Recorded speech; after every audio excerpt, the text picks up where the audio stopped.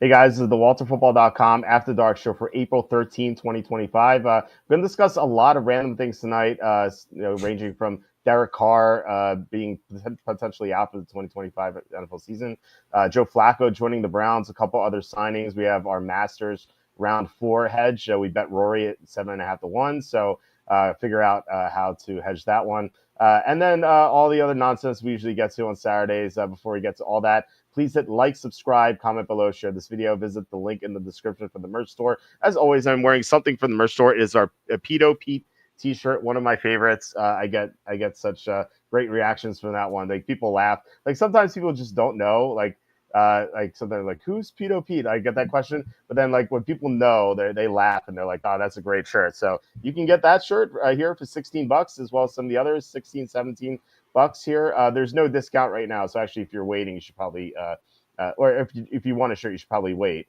Wait for a discount, which usually pops up. But yeah, you can get if you want to right now, you can get these shirts. You can get these mugs as well. We have our apron, our famous apron, Buck Girls our apron. So these are all available on the merch store. You can go to Amazon, buy my books. Jerks to the College Years is my most recent book. I was at Penn State for 6 years, and I made fun of the people there. So it was a lot of fun to write, and I think you guys will have a lot of fun reading it. Also, please consider super chats, super stickers. John Sanders helped us out on the most recent show with the super chat, and also we've had in the past we've had Slew, Degeneron, Can't Make an Eagle, Armac, the Boss, Karmic, you guys, and many others. You guys have been so great with the contributions. Can't say that enough, and it really keeps the show going because YouTube ads pay us nothing. I've always say that, and it's true. The last time we had a show with no super chats, we made like 60 cents, so it's not very good. So if you guys really want to help us out and keep the show going, that is the best way to do it. All right, we are joined tonight by Quacky T.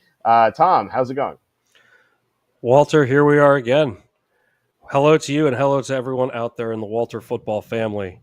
Hey man, I was talking with someone this week before we get into the topics, because when I'm on, we never know what we're going to get into exactly. But someone was asking me what my favorite cereal was, and I told them Raisin Nut Bran, and because I love that chewy coating on the raisins. And someone told me that's an old person's cereal. Is that like the general belief? General belief, sir. Yes. No, are you serious? Yes. People, I thought that was like a cool cereal. I love Raisin Nut Bran. Well, first of all, I didn't answer the question. I said general belief, sir. But I thought that was in the affirmative. Well, it was the affirmative. It is. It's for old people. I think when I was growing up, I had two friends, two best friends, Frank and Josh, and I believe Frank's dad. I could be mistaken on the cereal, but I think all he had was Raisin Bran. He's a super nice guy. We always had like pizza night and Fridays. Great time there. But Saturday mornings, like I think that was like the only cereal he had, and I was like, "This is gross. Why would I want raisins in my cereal?"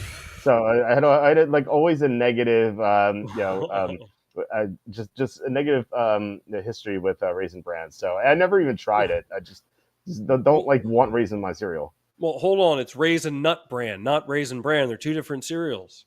Okay. It has that chewy coating on the raisins, and let me tell you, it's the only time in my life I would ever eat raisins, unless I happen to be eating a trail mix, which is rare to never.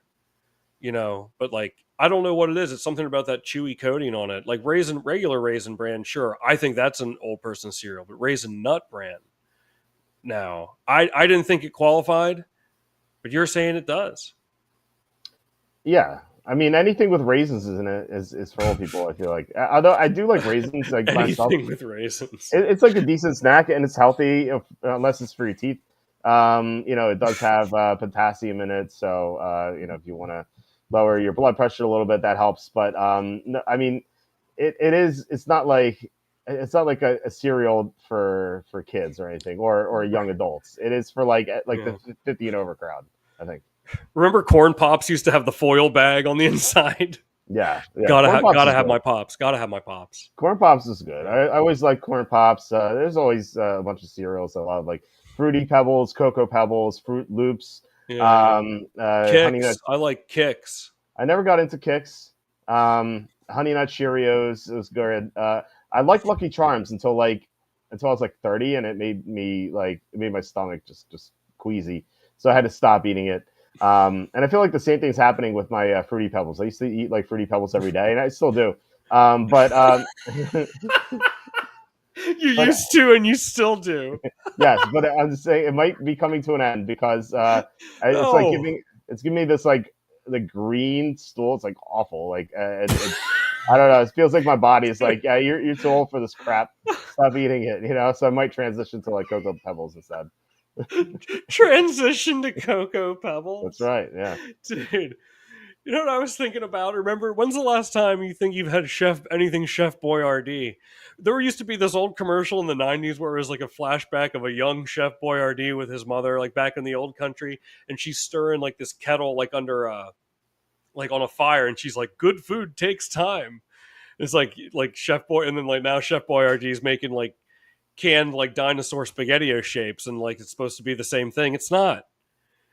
I have to correct you. The pronunciation is Chef Boyardee. Boyardee, I think. Like everyone mispronounces it. I actually like did the history on this, and like I think he was a chef in the White House, if I believe. You Uh, did. Oh, hold on a second. You're telling me this guy was a chef in the White House, and now he's making Ninja Turtle shaped pasta in a can? I don't know, man. Yeah, and it's pretty good. I had it recently. No, I think it was SpaghettiOs I had recently. Because what I did ahead of COVID, when COVID's about to hit, and like this was before the lockdowns, and all these videos were emerging from from China, like people were passing out in the street, and I was like, oh man, what is going on here? So what I did was.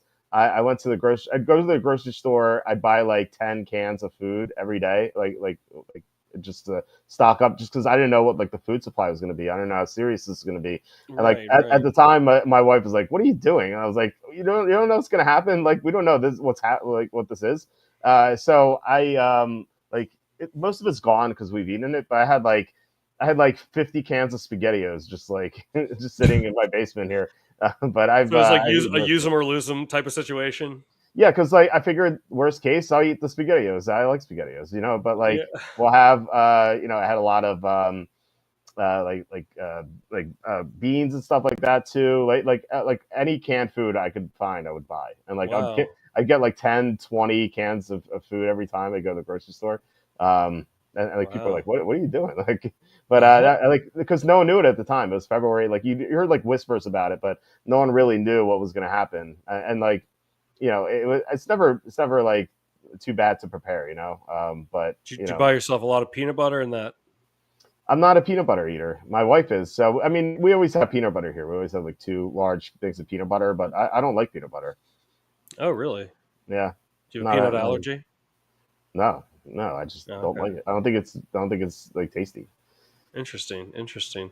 You know what I think always thought about was the cereals. Remember the end of the commercials, the cereal commercials in the 90s? It would say part of this complete breakfast, and you would Yes. see they had like buttered toast and waffles and eggs and bacon. I mean, I'm telling you what, there's no way like Lucky Charms like belongs there. How is that part of this complete breakfast? How many parents do you think got pissed off at that? I remember one time I asked my mom, I was like, when can we have a breakfast like that?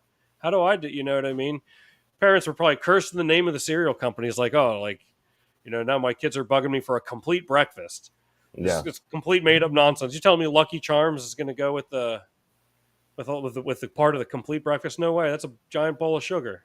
No way. I Yeah. don't buy it. No, I mean, you eat that and the eggs and the bacon and the bagels and the whatever else like that is, that's the way you should start your day, Tom. I don't know what you're talking about. Oh, jeez. What are we gonna do with me in the? Yeah. I just eat a bagel. I do coffee, no sugar, and then and I do like a bagel and like sometimes a banana. I don't Yeah. have time to make myself bacon and waffles and all this and eggs. I do Yeah. make good scrambled eggs though, but you know, I feel like unless it's like a weekend day or something, and you don't have to go anywhere. Like you're right. I mean, who has time to do this? Like unless like yeah, you have like a wife who's a stay at home mom or something, or she can make breakfast. But usually, like if you're getting heading out the door, like you don't have time for that stuff. So well, I I feel mean, like yeah, of I feel like course, most there's people get always a it. yeah, well, of course, there's always a difference between having time and making time, but like you have to take into consideration the practicality standpoint of it. You know what I mean? Unless you're like, I don't know. I have a pretty good routine with the breakfast now, though. I actually, since I started doing the bagel every morning, like I actually have a lot more energy during the day. Yeah, So and I car- definitely have does. noticed it, unless it's like, placebo or something, but I don't think that's the case. No, I think the carbs would do that. I mean, my breakfast every 12 to 12:30 p.m. is fruity pebbles and orange juice. So that's what I do now. But like I said, I That's may have to change this thing. Uh, I don't know. I used to eat cocoa pebbles all the time. It was like daily for like years, and then for some reason, like I broke up with my girlfriend, Emily, who I talked about in the books. Um, and then like right away, like the cocoa pebbles tasted like sawdust to me. It was just awful. oh, weird. Yeah, it was weird. And then I like tried other cereals. I actually wrote about this in Dirks of the Week. I was like trying other cereals, and then I stuck with Cocoa Puffs for a long time. And then they changed their recipe or something because they're no longer as good. So I went back to Cocoa Pebbles, and then I was like, oh, you know what? I should try Fruity Pebbles. And then I liked that, but then I went back to Cocoa Pebbles, and then like for a while it was good, and then it tasted like sawdust again. So then I went back to Fruity Pebbles, but like I said, now I have green stool, so it's maybe I should transition back. So Cocoa Puffs got bought out by Chef Boyardee, there or it is, Boyardee. I for a mean, day, yeah, for a day. yeah. Wow, that's you know. There's since we're on the topic of food, I feel like we're always talking about food, but you know how like people on Facebook or whatever are always saying like, oh, like Taco Bell, like you're gonna crap your pants later. I'm here to tell you that's never once been my experience. I'm convinced that that's just a thing on social media that doesn't actually happen to people. Taco Bell's far too popular. That's never once been my experience. You know what I mean? Like, oh, you're gonna be in the bathroom all night if you eat Taco Bell. That's never happened to me. People crap themselves on social media after eating Taco No, Bell. no, I mean I'm embellishing for comic value, but they say Sure. like you're going to get the runs or something. It's never happened to me after that. That's like one of those food memes that I think I don't know. I don't think that's as real as they try to make it out to be on social media. Same with the pineapple on the pizza argument. It's like some people are like, no, how could you be like that? I love pepperoni and pineapple. That's a great combination. It's like, but I What? don't really think it's not that much. It's like, why is it such a great like issue of debate? Because like and I think like there's probably so many people that never even tried pineapple on pizza. It's like people say like, oh, like they don't like their pineapple hot, but it's like, oh, it's such a good combo. I don't think there's that many people that dislike it. I think people are just saying more people are saying they dislike it than actually do because they think it's the cool thing to do. That's what I think. I think it sounds gross. What are you doing? Pineapple on pizza? It's like that. That sounds disgusting. Yeah, have you ever tried? Do you like pineapple? Yeah, of course. Okay, so what have you ever tried it on pizza? Why would I? It sounds terrible. Got to try pepperoni and pineapple. No, why would I? But why I'm pineapple? Like, why not other fruit like apple or orange on pizza? Why have you tried it orange just on works. pizza? The texture works for me. The Yeah, texture but works for me. have you ever tried orange on pizza? No, but I might. See, it's good. Try it. Maybe it's Wait, do better. you actually do that? No, Oh, not psycho. I'm just saying that, like, why pineapple? Like, people pick this like random fruit to put on but pizza. yeah, but a lot of people like it. I'm just I, saying, like, okay, if it's like, I think like half of the people that say they hate, like, only half of the people that say they hate pineapple on pizza on the internet. It's a lot of people apparently. Only like half of them really mean it. I'm going to go that far. I don't think it's that like. I don't think the hatred is that strong. I think it's just like it built momentum, and it's like a thing. It's like a funny thing to debate about online. I think the people who say they like, and I'm shocked you said this, but I think the people who say they like pineapple pizza are hipsters who try to make themselves cool. Like, oh, Come I on. like this pineapple on pizza. Look at me, I have five Oh, cats. so it's like like a pizza snob, like the equivalent of like an IPA snob sort of thing. No, not a pizza snob. It's just a snob in general. These are the sort of people like I have five cats. Look at me, I live in a big city. I pay $4,000 for this tiny apartment. Wait, I like you pineapple on think pizza. you that's what you think I am? No, that's why I After all said I'm these surprised. That's why I said a surprise. Like, you don't strike me as one of these yeah. hipsters. One of these hipsters just because I eat pineapple on pizza. Yes. It's I see I know what you mean. I know what you mean. I saw this like in the same spirit. It made me think of the Joker 2. The Joker, the first one with Joaquin Phoenix is an excellent movie. But then they made the sequel here and it was a musical. and like no one knew it was a musical. At least this is my understanding of it. So Yeah. like to me, nothing in the trailer indicated that it was a musical. I didn't think that at all. I saw the trailer a few times, and then like audiences don't like being misled. You know, I like never saw either. I really wanted to see the first one. I just never it got really to is it. good. It And really is I great. think it got released like when my son was born, so it's kind of like the era where, well, I'm still the case. Like we're still not going to the movies. Like, I've been to the movies once in like 4 years or 5 years. Um, I started and going more often. I think it's like once or it's maybe twice since COVID. Just because like COVID happened, and then once we got out of COVID, my son got born, and then my daughter got Mm. born a year and a half later. So we just never had a chance. My daughter is like just it's gonna be 20 months in a few days. So yeah, we have to wait like a year or two to be able to go to the movies, and by then we're gonna be going to kids movies, and that's gonna be a nightmare too. So You it's gonna know, be a while until I see these movies. Although I mean I know I can watch Joker anytime on streaming, but yeah. there's so many things I'm trying to stream. Like I just picked up Ghosts again, that CBS Mm. show, which season one was really good. Season two, some woke stuff is creeping in, which is a little disturbing. It's still pretty decent, but we'll see. And I just watched season two of Severance, which I don't know if you got to watch, but I thought I that was didn't. I didn't get to finish it yet. I season kind two of or season one. no. I finished season one. You're talking about Severance, yeah? Yes, yes. Yeah. And I watched like the first two episodes of season two, but and I started watching the next episode. I just haven't been like in the mindset to. Well, I really like it. I was on here raving about it, and I stopped. Sometimes that happens. Like I'll fall off of. Where did you get up to in season two? I think only the first two episodes. Okay. There's one very boring episode in season two, and it's like one of those episodes where they focus on one character, and Hmm. like, and it happens to be like the most like boring character of of the whole show. And I'm like, really, is this just gonna be about this character? It's like, man, the whole episode. Like, I nodded off a couple times. It's like this is just awful. Oh, I'm And there's like even one scene. I'm like, they're like, this is not gonna happen, is it? And then it does. It's like, oh my god. But then the rest of the season is pretty good. Overall, I think season one was better. The season two I thought was good, and you know they do answer what the job is all about. You know, with the numbers and stuff. And mhm. I actually guessed correctly. Oh I, wow. I don't want to say anything, but I had three Yeah, theories please. about it. I had three theories about it. I initially thought they were like killing people, like with these, like they're deciding who's going to die. And I was like, this is too grim. This is not like that's not going to happen. And then Oh yeah. my Hold on though. second, Don't spoil it any at I'm not all. spoiling. I'm not spoiling it. Okay. My second theory was I thought it was nothing. Like I thought they were just doing nothing, and it kind of reminded me of Lost. Did you see Lost? No, but I'm aware of its prowess.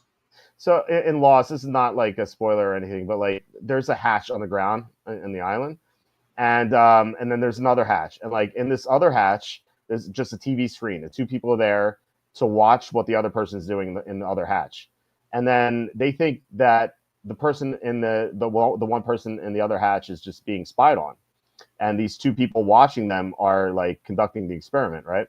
But what happens is like they send up the data through a tube, and they find like the tube is just going to the trash, and like nothing, no one's even Oh looking at wow. it. And the real experiment is the two people watching the other dude. Like they're the ones being experimented on. Oh So wow. that's kind of like what I thought. Like I thought maybe they took it from that.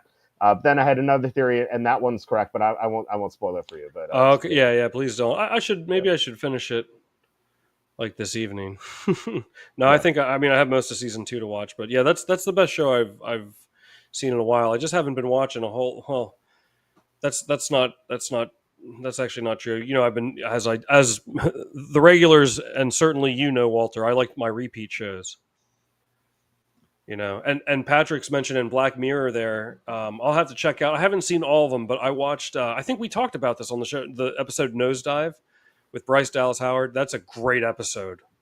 If That's I don't know the names. What was that about? it's the one where they had like the rating system where like Oh every yeah, public interaction you had, and you're like, you know, and she was like a yeah, 4.2, and she yeah. wanted to be over a 4.5 because it would if she was over a 4.5, um, she could qualify for like a break on that nice apartment she wanted, and you know, and then her like you know plastic friend who's like a 4.85 is having a wedding and asked her to be the maid of honor, and I don't want to give it away, but I mean, we're not really that far off from that now.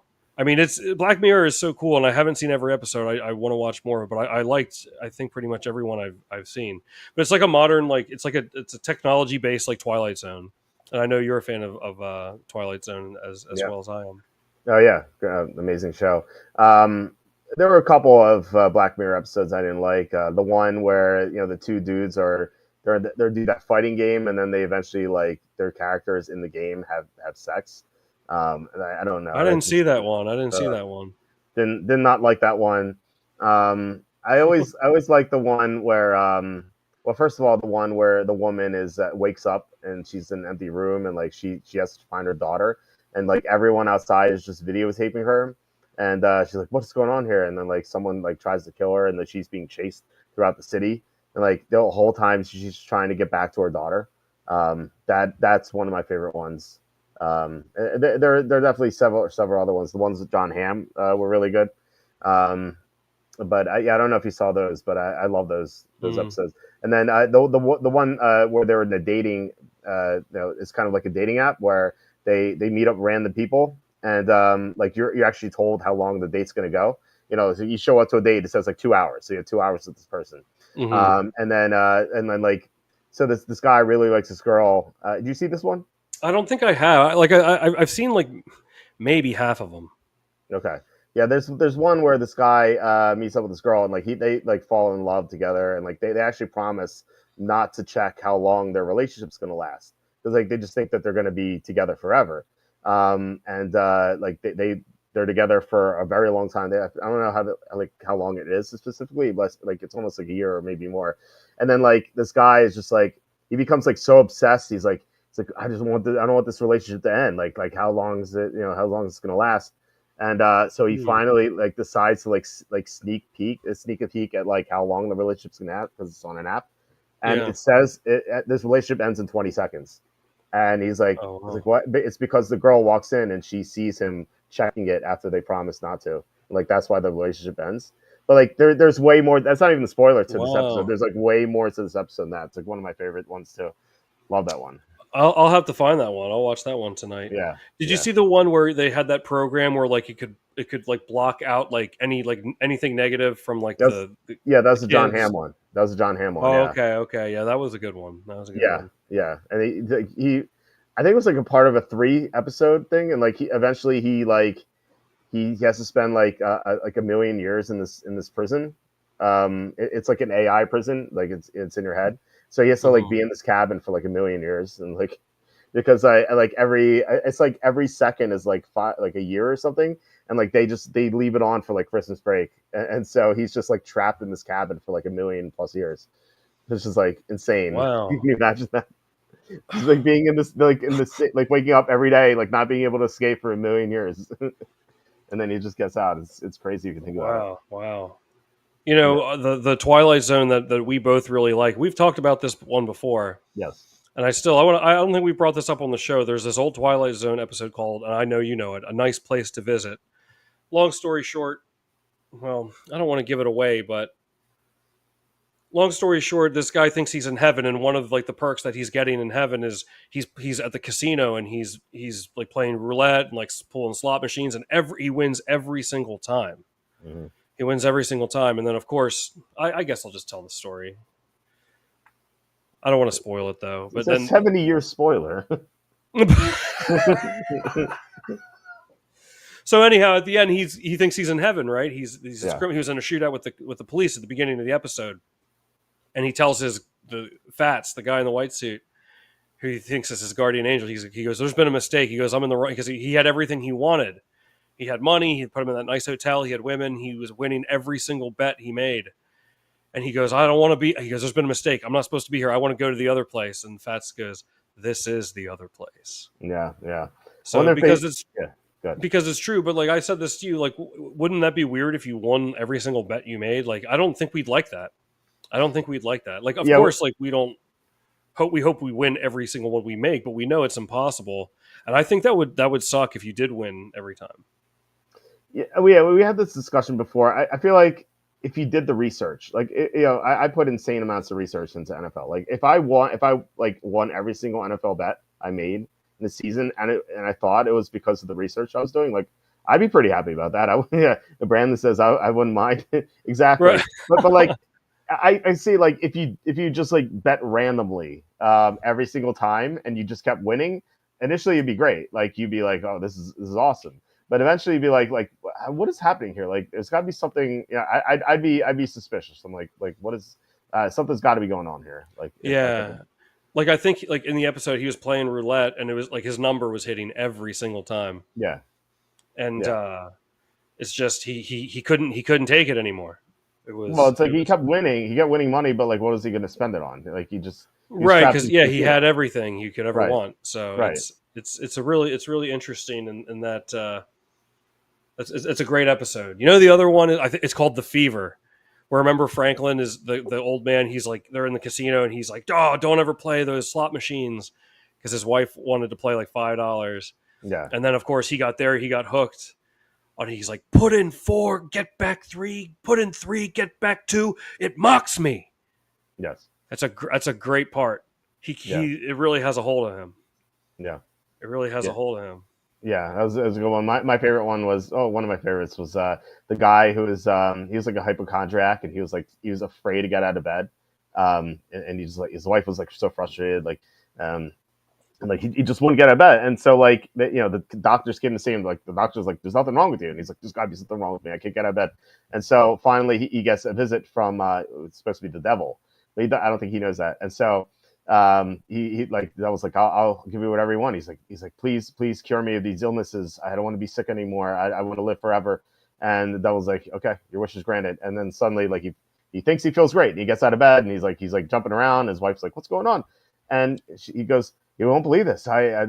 Someone visited me and they asked me what I wanted. I said, well, I wanted to be healthy and live forever. And now I get to live forever. And he's all happy. And like his wife actually gets upset because like she's gonna grow old and he's just gonna be just living forever, and she gets so distraught. She's like I have to go up to think, and she actually goes up to the roof to like think, and then like he goes up and like they have this argument, and like she just gets so upset she like jumps off the roof, like she just like commits suicide. Oh, wow. And then the police come and he tells them what happened. He's like my wife got so upset, and he tells the police like what happened, like he gets to live forever now, and like his wife jumped off the roof, and they're like yeah, sir, you're under arrest, and so like they put him in prison, and he gets prison for life, and so he's he's in prison for life, and like the devil appears again, and the devil's like kind of like mocks him that he's going to be there forever because he gets to live forever, so he's never going to die.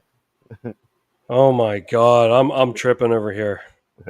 Why you got to do that to me on the air like this? That sounds like a good one. It sounds like a good one. They should make well, I guess Black Mirror is the new Twilight Zone, I guess, but like their episodes are so infrequent. Whereas like Twilight Zone have like what 20-25 episodes per season. Like there were a lot, if I recall. Yeah, and it was like back in the day. This is like 50s, 60s, I think. And they would just turn them out, and like it's so weird that like Black Mirror went to wait like 3 years. My daughter wasn't even born yet when the last ones came out. The one with not Selena Gomez. What's her name? Selma Hayek. The one with Selma Hayek, and like she had her IP or something or contract or AI. I remember watching that with my wife because my wife was pregnant at the time, and so like yeah, it was almost 2 years ago. Wow.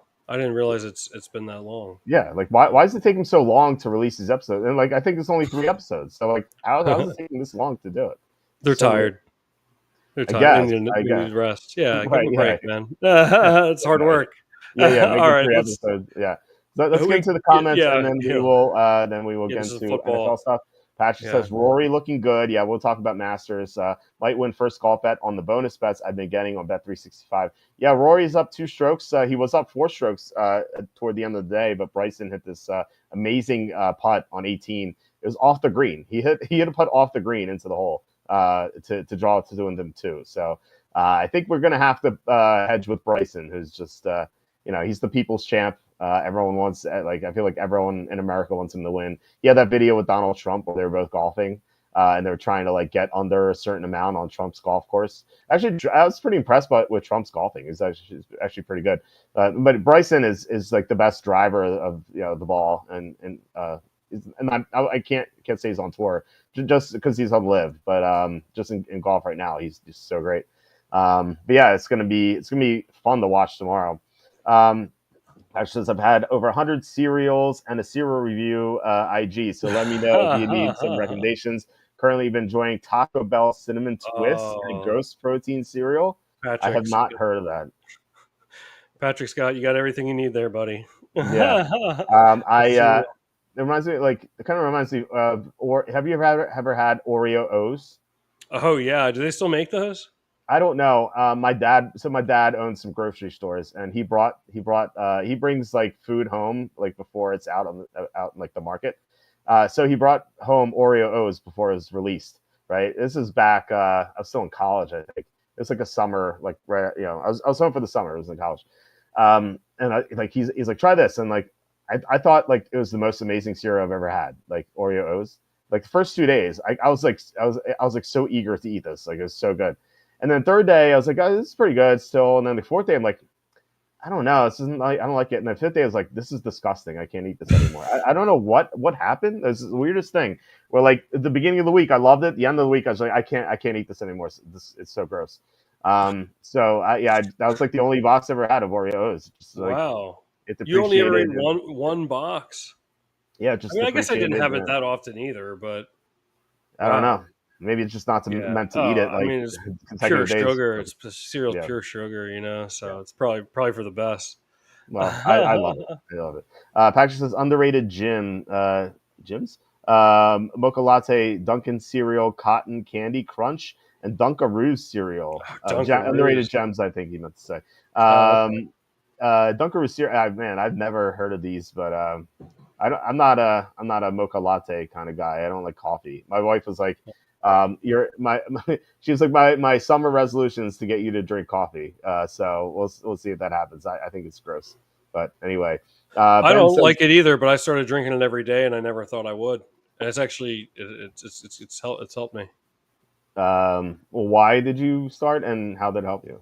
I don't know, but I just started like instead of like getting like greasy breakfast sandwiches and stuff, I'll just get like a coffee, no sugar. Like I'll put creamer in it, and I'll get like and I'll get a bagel, or a banana. Sometimes I'll get a banana and a bagel. I'm set for the day. I have a lot of energy. Okay. From that all day. Like I'm not really tired, even if I only get like 5 hours of sleep. That's all I get. I get like 5. I know. Yeah. What do you sleep? 6 to 11, right? Ish. Yeah, more or less. Usually, so on a weekday, it's usually like it's probably really like 6:20 to 10:30 is like what I usually sleep. Maybe like 10:10 sometimes. So I'll wake up. Like what happens is I'll wake up 10:10 or 10:15, and I'll be like, okay. The first thought in my head is like, let's check the stock market. And so I'm always like doing like cover call like nonsense. And so like I want to see like where options are. And then want to see what everything else is. My Southwest airline puts, like how they're doing, and then which I'm shorting Southwest Airlines by the way. I thought you said your Southwest airline points. You're like, am I earning any extra air miles? Yeah, puts, not points. No, I follow. Yeah. So no, I get like I start checking things like before I know. Before like I realize it's like 10:40 and like I can't even like go back to sleep, so I just get up. So yeah, I sleep like some days usually just 4 hours or so, but maybe it's not healthy, but I don't know. Like I get up and like I check the stocks and stuff, and then I'm not tired anymore, so I just get up. But yeah, weekends I sleep a little longer. But anyway, Brandon says weirdest thing I thought I saw at the start of Rona. Small Asian guy walked into the locker room at the gym without workout clothes or a bag, started open mouth coughing everywhere, then walked out and left the gym. That's weird. Good God. That is really weird. There's a lot of weird stuff going on. Remember, like there were people at the restaurant licking stuff. Do you remember that phenomenon? Like they would just like lick, like they open things up and start licking things. I sort of remember that. That's like, people are so like disturbed sometimes. Yeah, like, I was just. What I was just thinking about was like, remember like the toilet paper shortage? That still was like the weirdest thing to me. That was so weird because like you could just use newspapers or something. Like I don't know. What I remember, like people just stocking up on it. And I remember going to CVS and I was buying medicine. I was buying like Dayquil and stuff, and I was buying like canned foods. And I got to the cashier, and she's like, someone buying stuff they actually need. I remember that. That was like I had to go laugh with her. It's like yeah, no, I'm not buying toilet paper. Like first of all, we have some, but like second, like I just like if we run out, like it's not a big deal. Like who cares? Yeah. You know what? Anyway. I will actually say I planned very well for that one. I'm surprised I did, but I never ran out, and I was living with my girlfriend at the time, because like I was thinking about it beforehand, and I was like, we stocked up, and like just toilet paper or anything else? Well, no, but I mean, like we had adequate. Like I was always able to find it, like when we needed it. We were never like short. Dude, I had two cases of bottled water in my car, just in case we needed to leave. Like we had no idea what was gonna happen. Like I just heard that people were passing out in the street. I was like, if we have to get out of there, if there's like mobs of people like raiding houses and stuff, like if there's no food, I was like, if we have to leave, I at least want stuff in my car. So I had two bottles, I had two cases of bottled water in my trunk, and I had just various foods in my trunk as well, just in case we had to go. Chef Boyardee. Yes, and SpaghettiOs, of course. Yeah. Oh, and some Oreo and a box of Oreos. Not anymore. No more Oreos. And it's like you can't have cereal because, like, I mean, you can, but like, there's no. It's part of this. Right? It's part of this complete breakfast. So let's get into. You know what I'm going to do. What's the timestamp here? 36:32. I'm going to write in the comments when we start talking football before people. All right. Well, let's finish up the comments. Oh yeah. Sorry. Who says rank these order in preference? Pancakes, waffles, French toast. For me, it is in that order. I think.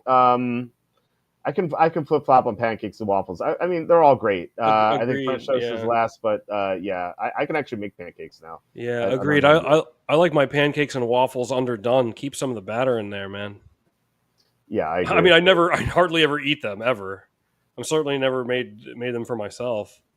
I learned how to make them for Mother's Day, and I made some for my wife last year. So I'd probably burn them or something. I thought I'd messed them up, and I did burn the first one, but then I got better, and it actually turned out to be pretty good. And then I'm the guy says try berry pebbles, pretty decent. Okay, maybe berry that's pebbles. Okay, that's the trick I have to try. Taco Bell isn't made out of food.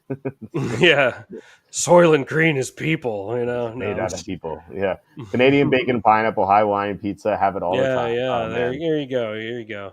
Next, no, you know what I'm going to do? I'm going to have a pizza delivered to your house next show, and it's going to be a pepperoni and pineapple.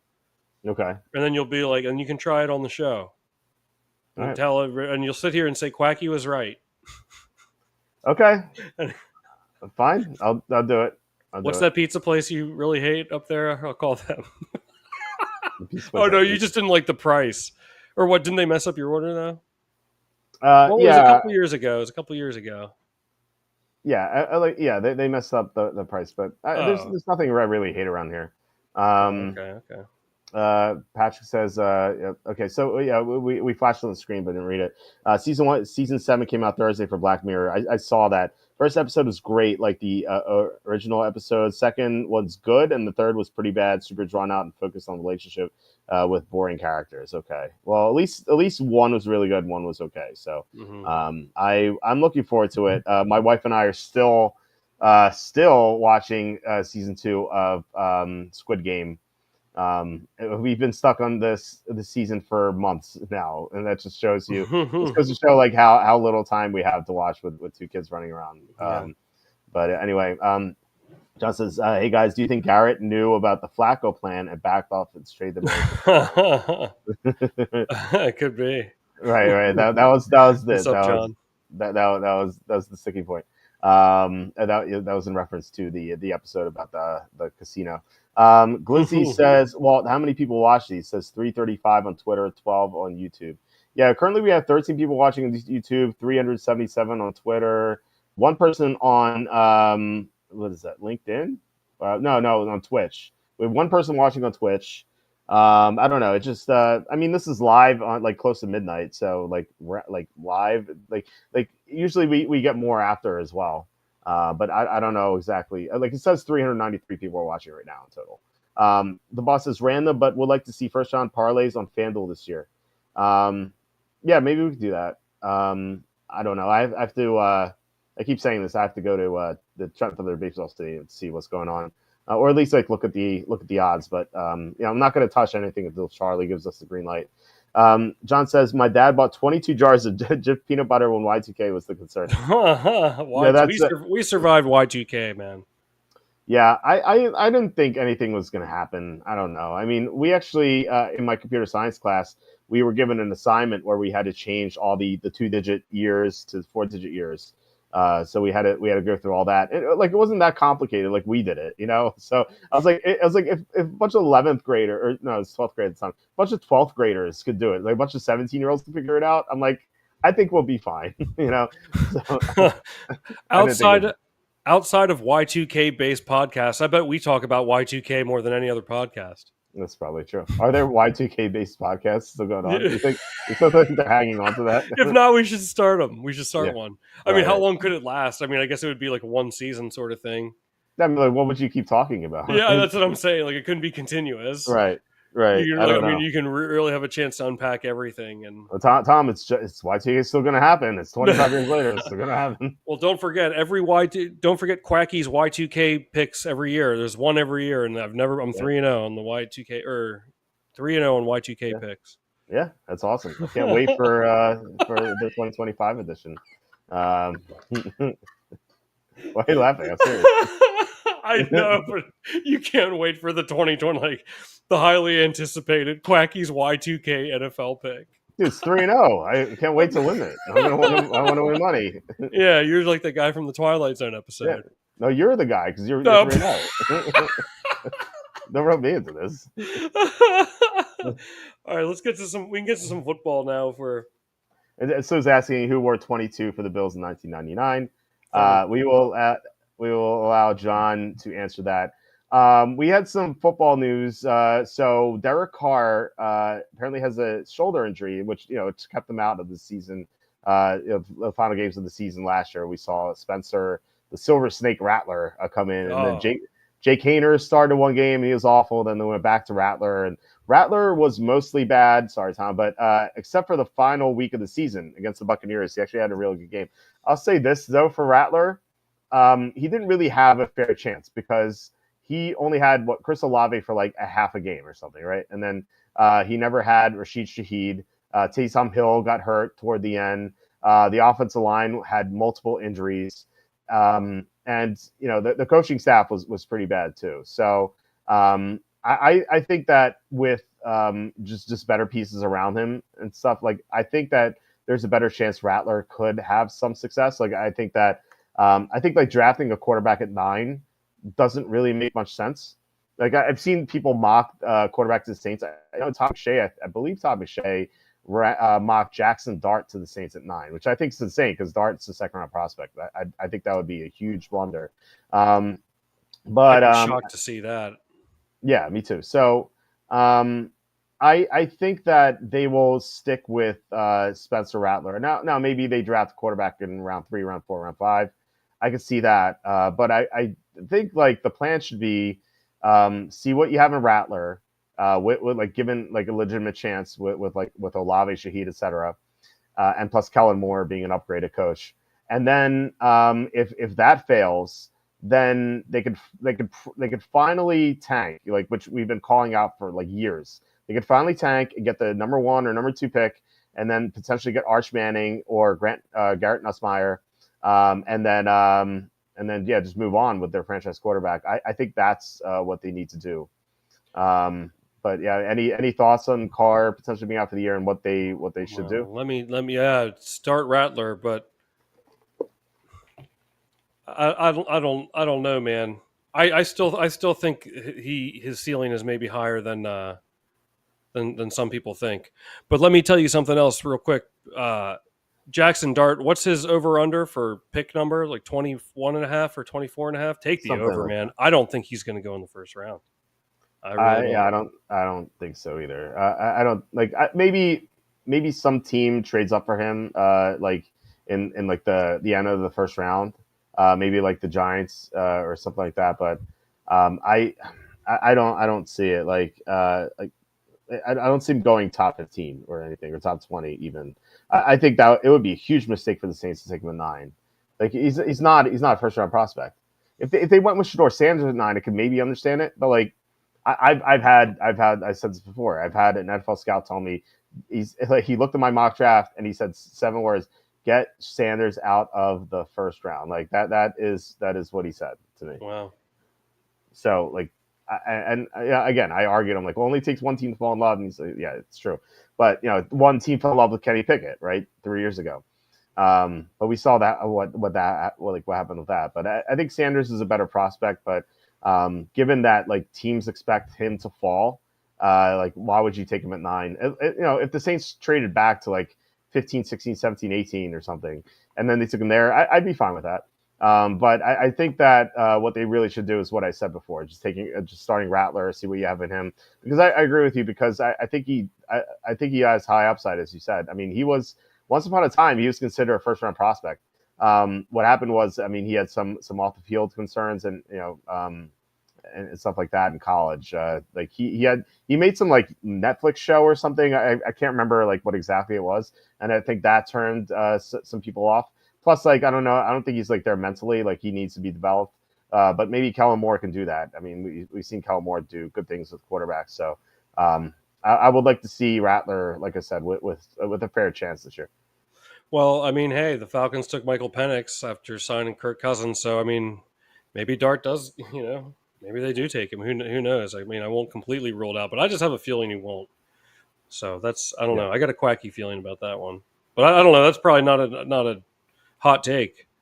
Yeah. What do you think this does for like the outlook of the NFL? It's like as far as like the other teams in the division. Like I know you like the Panthers a little bit. I'm higher on the Falcons and the Saints. Falcons and the Buccaneers. I think that, I mean, if you take one team out of the equation, assuming Rattler isn't this great quarterback, um, it just makes the odds better for the other teams to win the Yeah. division. I'll say Falcons, Panthers, Bucks, Saints is how that division will finish. What'd you say? Falcons, Panthers, Bucks, Saints. Yeah. I think Falcons, Bucks in some order. I haven't decided yet. We'll see what happens in the draft. Right. And then Yeah. Well, I think Panthers, Saints after that. I'll say Panthers second. I'll say Falcons, Panthers, Bucks, Saints is how that division. That's my prediction. I'm It's not surprised a. It's what's that? I'm surprised you don't have the Saints winning the division with Rattler No, starting. I like Penix better. Oh, that's right. I'll Okay. tell you what. I bet they. I think I said that last week. I think they're gonna exceed expectations. I think. The I really do. Falcons. Yeah, I really think they Uh, will exceed expectations this year. Put it I that way. won. I wonder if the odds changed or anything. Um, Oh, hey, like oh, sorry. Go ahead. like the division. Saints are now dead last at 7-1. Buccaneers are plus 110. Falcons. If you like the Falcons, look at this, plus 230. Panthers are plus 440.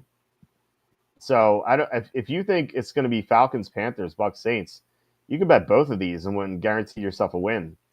Yeah, Falcons and Panthers. Wow, the Falcons are plus 230. I really like Yeah, that, man.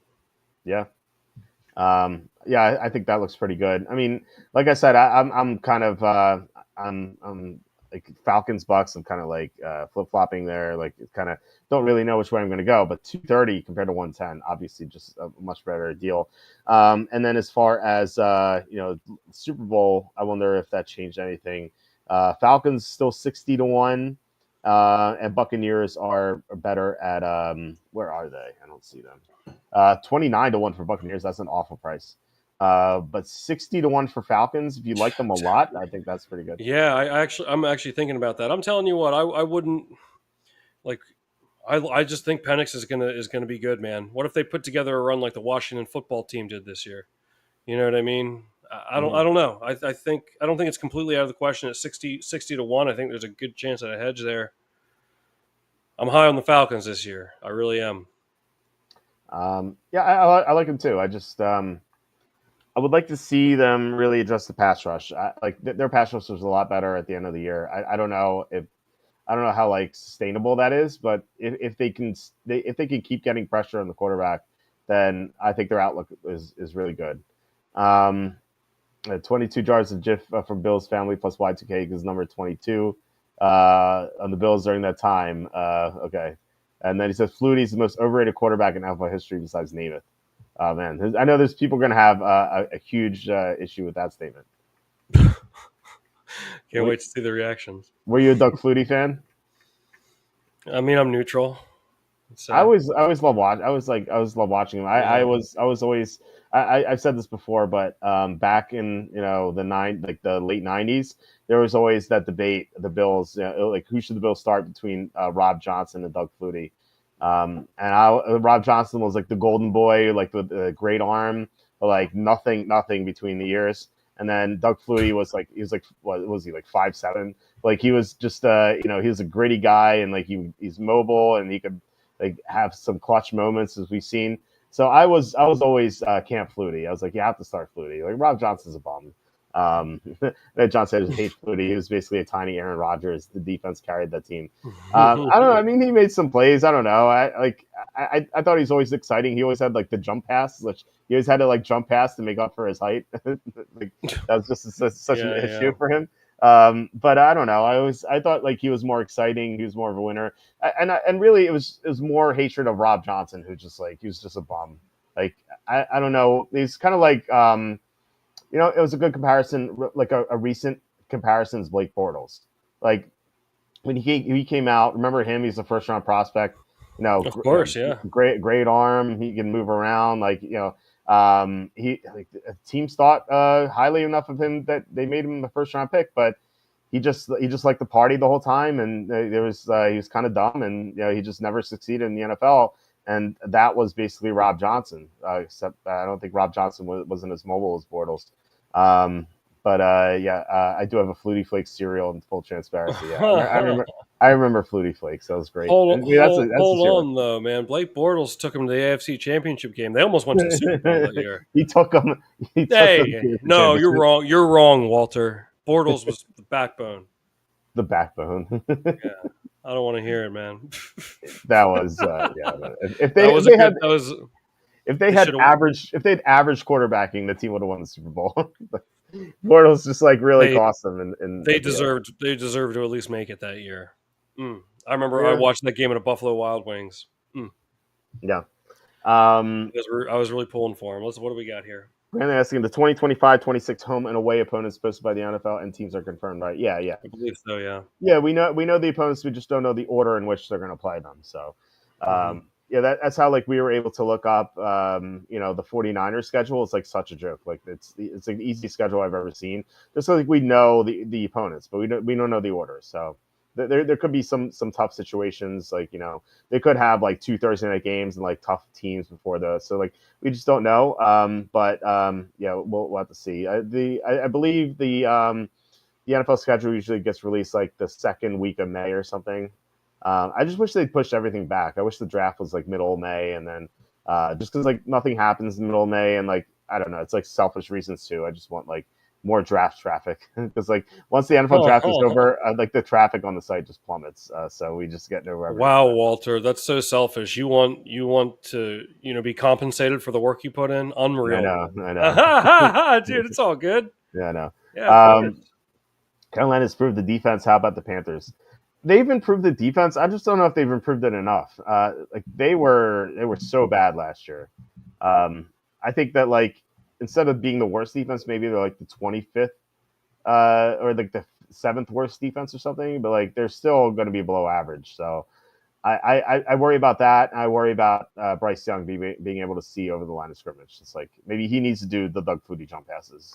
I just don't trust them. Like they had some good games at the end of last year, but like that's all. It's against teams that just weren't giving a damn against them. Like the Eagles almost lost to the Panthers. Like you think the Eagles tried? Like how lopsided that game would be? Like they just showed up and they thought they would beat the Panthers easily. The same thing happened with the Chiefs. Same thing happened with the Buccaneers the first time. We saw what happened the second time. The first time the Panthers almost beat in overtime. The second time the Buccaneers destroyed them. Like because the Buccaneers finally like they put the Panthers on the radar the second time.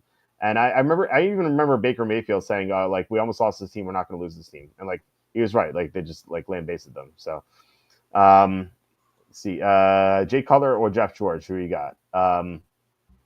Man, that was they are very similar. Jeff George will look amazing in practice. If you just like take practice, Jeff George is like one of the best quarterbacks of all time.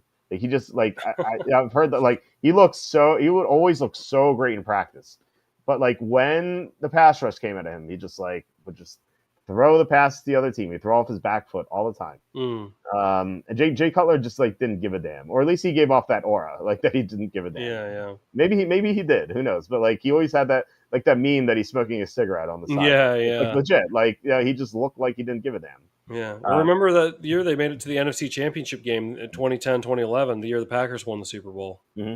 That was kind of weird that they made it there. Remember, well, they kind of had, because they were the 2 seed, they had to play the 7-9 Seahawks. Mm-hmm. Who remember that was the Beast Quake Marshawn Lynch run. Yeah. In that first game, they upset the Saints because the Seahawks hosted a playoff game at 7-9. Mm-hmm. Saints were the wild card because the Falcons were the 1 seed.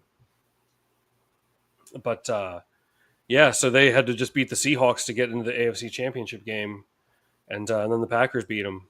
That game was actually like kind of close. Like it was 21-14. Like I felt like the Packers dominated, but like the Bears definitely could have won that game too. Yeah. So like he could have taken them to the Super Bowl, but didn't Flacco get hurt in that game? I mean, didn't Cutler get hurt in that game or something? Yeah. Caleb Haney. Yeah. It was Haney that threw that pick 6 to BJ Raji. Yeah. I love that. That was awesome. Yeah. Speaking of Flacco, we had other news. I don't know what like Flacco came in my head, but it's a nice segue. The Browns signed him 1 year, $4 million. I like this. This is weird. It's like this would have been so much better last year because he was coming off that great finish. Remember that in 2023, he was having those great performances, including like that Thursday night game against the Jets. Like he just looked great. He just looked terrific. There was the shootout with the Jaguars. He led the Browns to the playoffs. And then, he kind of crapped the bed against the Texans in the first round. But still, he just looked phenomenal down the stretch. And the argument against him was like, he's super old. He's going to be 39. And so the Browns just let him go. And he went to Indianapolis and he had some bad games, like notably against the Vikings in that Sunday night game. He just was awful. But now he's coming back to Cleveland. It's like really why? Like, okay, I get like from one angle I could see it just because he brings veteran leadership to the locker room, and so the Browns are going to have 2 young quarterbacks on their roster. They're going to have Kenny Pickett, and they're going to have whichever quarterback they draft with their second pick in the NFL draft, which I assume might be Shedeur Sanders. They could trade up into the end of the first round and get Sanders, or maybe they take Jackson Dart. Maybe they do the same thing with Jackson Dart, or maybe it's Jalen Milroe. But like either way, they're gonna have 2 young guys, and if they don't have Flacco, like the only veteran leadership they have in the locker room at the position is Deshaun Watson, and I don't really trust Watson to have a great voice in the QB room. So like having Flacco there like makes sense, But outside of that, like the signing doesn't make sense. It's like are you gonna start I guess the plan is to start Flacco unless they believe Pickett or this young quarterback's ready, whichever one they draft. And I guess that's what they're going with. But like, why would you even start Flacco? Like this team's awful. So I don't know. What if they take Sanders at 2? I'm not taking Sanders. What if that's something crazy happened, like a draft day sort of thing happened? It is the Browns. But that would make even less sense. Like, why would they like if you're taking a quarterback at number 2 overall, he's going to start right away. So like, why would you even sign Flacco? Like, it makes more sense that they would like. I think the signing kind of like cements no quarterback at 2. It feels like they're going to take a quarterback in the second round, and like quarterback second round, you're like, okay, maybe he can't start right away. So like, okay, we're going to start Flacco until whoever's ready, But yeah, I like I said, I don't know if this team had some talent, like I'd say yes, and I guess like they kept Myles Garrett, but still, like. This team has a lot of issues, and so having Flacco start for them just doesn't seem to make sense, But if they're signing him just to have a pseudo coach in the QB room, then like that actually makes sense. So that's why I gave it a B. But like if Flacco didn't have this sort of experience, then I'd rate it much lower. I don't know. I mean, I guess they just want some veteran leadership. I mean, he had a nice run with them a couple seasons ago. Yeah, but. Oh, what if something crazy happens? What if they take Sanders? I think they could take Sanders, but at 33, like trading either at 33 or trading up into like 25 or so, like that range.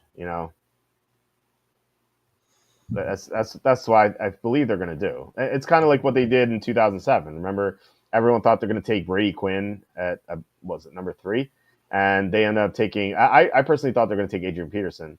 They took Joe Thomas, and then they traded up into the end of the first round and took Brady Quinn.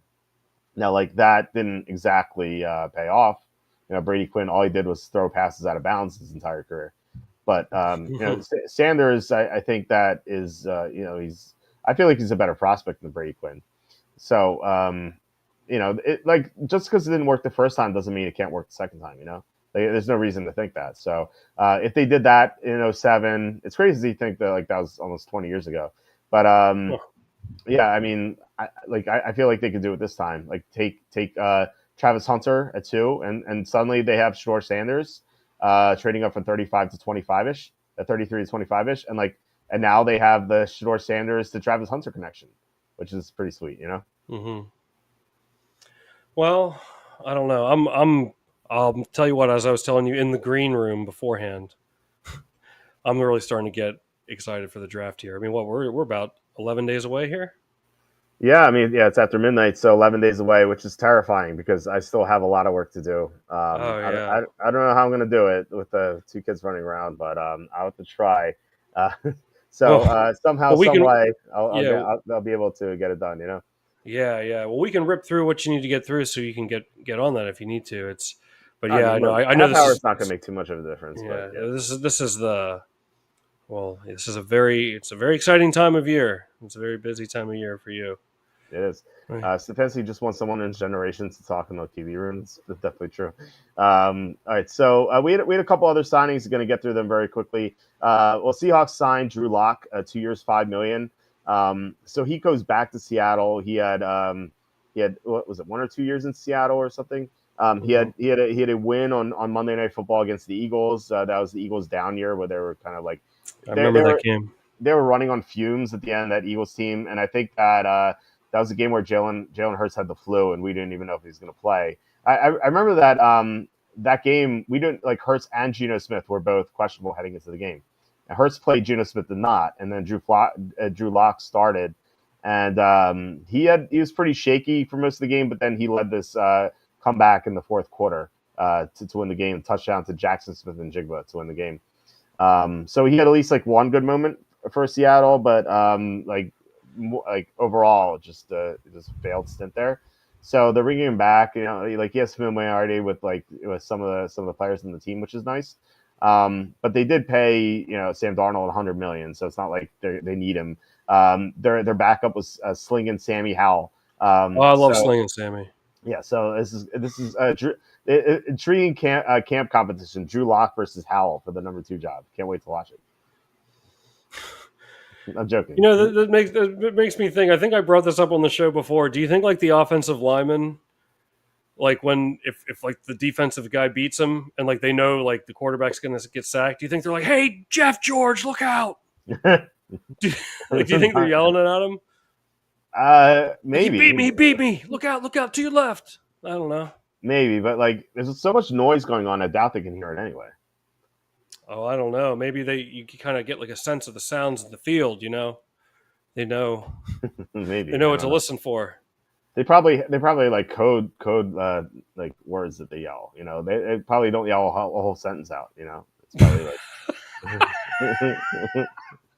they probably say like Cocoa Puffs or something. Hey, Cocoa Puffs! Like that means that you got beat. Pineapple on pizza. It's like something bad's gonna happen. Something bad's gonna happen when you have pineapple on pizza. Yeah, according to you. You want to know something? I don't think I brought this up on the show before, but I think about it all the time. With Aaron Rodgers, like for years on the Packers and then even on the Jets, they have that same cadence. Like, how do teams not get a better jump on them? Green 18 hut. Green 18 hut. It's the same timing every single time. Like I just can't believe after all these years, like defenses haven't been like, and like every now and then when they do the audible, blue 42. Like those are like the only two calls like you ever hear Aaron Rodgers make. Yeah. And it's like, but it's green 18, green 18 hut. I don't. It's always to me like with exception of like a hard count maybe once a game or something, but I just never figured out how teams like couldn't get like a better defensive jump on the Packers. I mean, I loved it as a Packers fan. Obviously, Rodgers had so many great years there. Did you ever think that? I think that it did pop into my head, and he always gets teams to jump off sides too. So maybe they're trying to do what you say, like they're like, oh, we can get a jump on this, and then he tricks them. So I guess it doesn't really count. Like it doesn't really work. I mean, Prof Q, I only come here if the Q is on here. So he says Aaron Rodgers, although he says Aaron Rodgers is very overrated. I don't know if I agree with that. Like, I don't know about I feel like he was held back by Mike McCarthy. Now, if you want to say he's overrated now, maybe that's what you're talking about. Like, yeah, he's 42 now. Like, people like, oh, who's gonna sign Aaron Rodgers? Like, probably doesn't matter. You know, he's well past his prime. But like back in the day, like he was amazing. So it depends what you're talking about. Yeah. Oh, geez, he had some great that 2014 season. That was like maybe the best Packers team I've watched outside of the teams that won the Super Bowl, without a doubt. Yeah, that team was so good. They went 12-4 that year. Yeah. Mrs. Comment, trade Watson to the Cowboys for a 4th-round pick. You know, Jerry Jones is itching to do it. we know he wants to, because he gives out like 4th-round picks like it's candy on Halloween. Like that's like what he does. I think it's like, hey, I can get a crappy guy who busted, and let me trade a 4th-round pick for him. That's what he does. So, any thoughts on Drew Lock before we move on? Let's keep it moving. I have nothing. Right. Nothing to say. Texas re-signed Jalen Petrie, 3 years, $39 million. He missed the end of last season with a torn pectoral. So, they missed him last year. Like when he was out, he was a good slot corner for them. He can play safety too. He's kind of like Chauncey Gardner-Johnson in that regard. He's only 25 or 26, so he should play well throughout the duration of this contract. So I think it's a good move. Nothing like super exciting, but keeping a guy who's young and talented at a key position is a nice job here. So good on the Texans for this re-signing. What'd you say, pectoral or pectoral? Pectoral. Pectoral. Yeah. I thought it was pectoral. I don't know. Who cares? It doesn't matter. Let's do it. Pectoral. My first language is Russian, so we pronounce words as they're written. Well. I say Roethlisberger in my mind.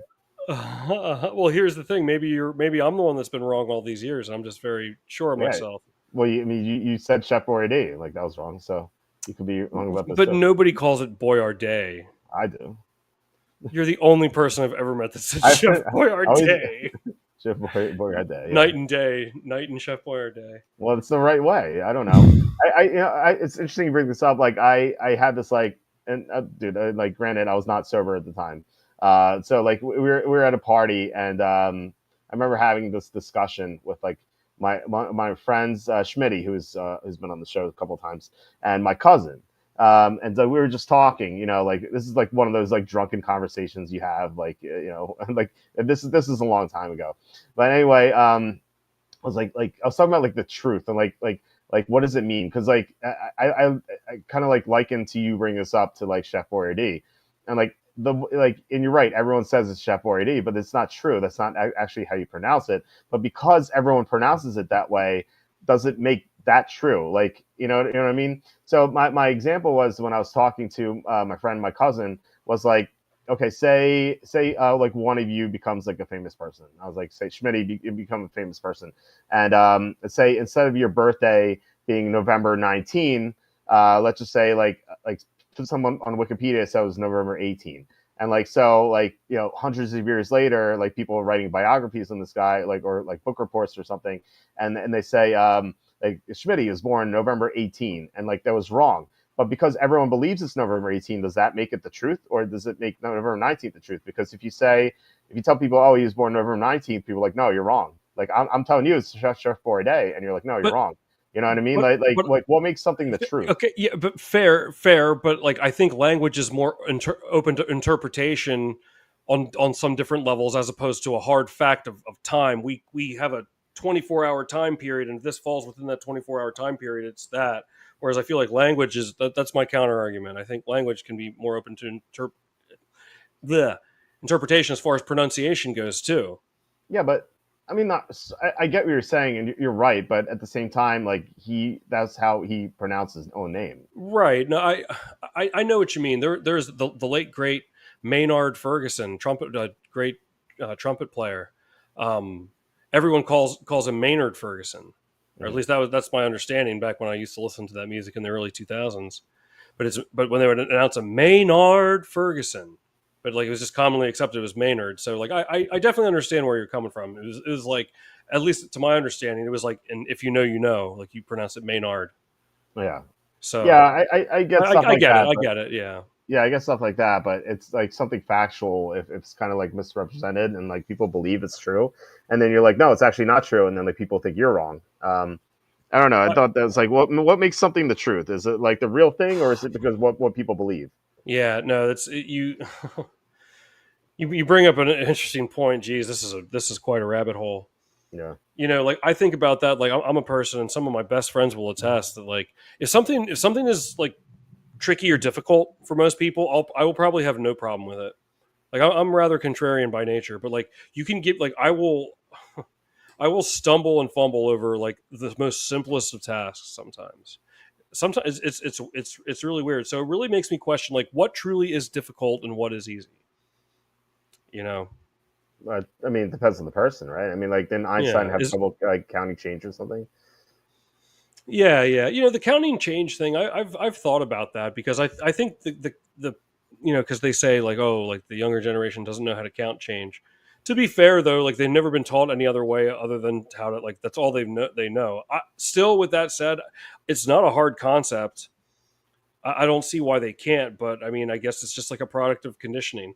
I actually knew this girl. She was a master's student in math, and I worked with her, and like she would bring in her she was in like some super advanced calculus, that's something that I could never do, at least at the time. And like she was like showing me like all this work she would do, and like she knew what she was doing. She was a teaching assistant, like, but she couldn't make change. Mm, wow. And I was just like, that's so weird how she can't figure out something so simple, but like she can do all this. I mean, I guess I assume she's right. Probably a college or university probably isn't going to take you on as a TA unless you know something. Mm. That's not, well, at least back then you'd think, but this was like 2006. But I guess like sometimes some people, I guess just my bringing the point full circle. Like I wonder what, how do you really determine what's difficult, what's easy? I guess it's in the eye of the beholder, so to speak. Yeah. Sue says the truth is whatever Walt's many friends on X say. Yes, I have many special friends on X. I don't know how I find these people, but they are very special.